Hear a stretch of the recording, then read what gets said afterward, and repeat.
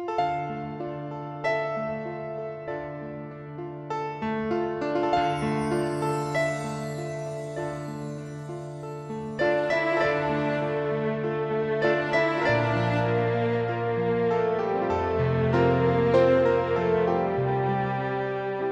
remember a young lady who I met about 3.5 years ago. She was, I guess, about 10 or 11 at the time. She actually developed severe, untreatable, incurable lung disease. But she couldn't talk, of course, because she had the breathing tube in.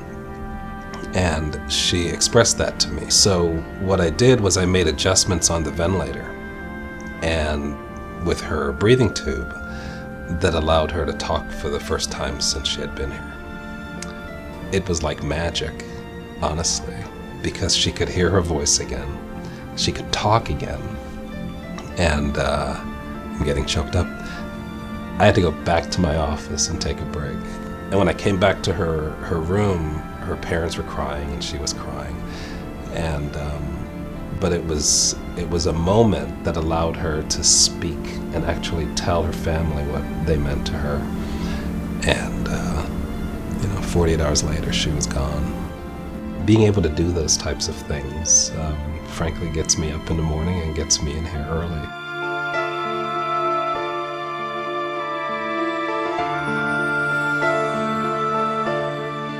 I think the thing that's been so nice here would be the fact that the families are very reassured. But when you usually end up mentioning that I do operate at Akron Children's here in the Mahoning Valley, I think there's a great deal of just reassurance from that the families know that already that there's pediatric preoperative care and there's a child life person who's here now, and it's pediatric anesthesiology and pediatric post-op care, and everything is aimed towards the children. The parents and the way that they present themselves, their child is watching them, and their need for calm is very, very important. It's what one of my old friends used to say, they need to act like a duck, where on the surface they're nice and calm and underneath they could be paddling like crazy, but they need to be calm, and that the child picks up on that. And though it's very emotional for them in making even the decision process, that you just want to reassure everybody best you can. You know, I learned a long time ago, I didn't deal the cards, I just help you play them.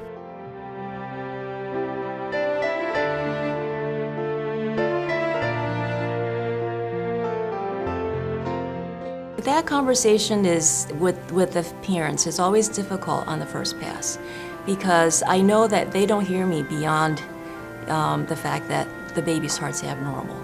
And with certain heart defects that are very complex, you really have to kind of go over it again and again and again, multiple times. One of the things that I love about my jobs is watching how the parents mature over time, and how with the progression of time, they get it. Oftentimes it's a very young couple that may have had no experience with a baby at all, and then within a few months they blossomed into almost critical care nurses. They're so good at being in tune with their baby.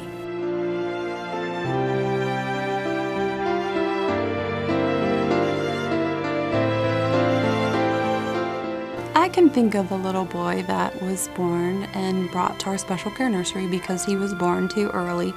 And I remember the parents coming down to visit him for the first time and were just completely overwhelmed and scared and didn't know how to parent him or what their role was. But you could tell that they so desperately wanted to bond and do that. And I remember taking care of him a lot, but you also nurture the family as well. And I kind of had to take care of them and teach them that they're not going to break him, and this is how you do things. So something as simple as just getting in the isolette to touch him around all of the wires and the IV tubing, something so natural as touching was a challenge. And it's just overwhelming for parents to be separated from their baby when they're in the special care nurseries. And it's sad to say, but it's good to see them go. That's a happy time when they get to go home and take their baby, even though you'll miss them, but it's time for them to go home and be a family. And knowing that what we do involving complete strangers, frankly, they don't know us and we don't know them, but they trust us enough to bring their kids for us to care for them. And so we really feel burdened to do right by them every time.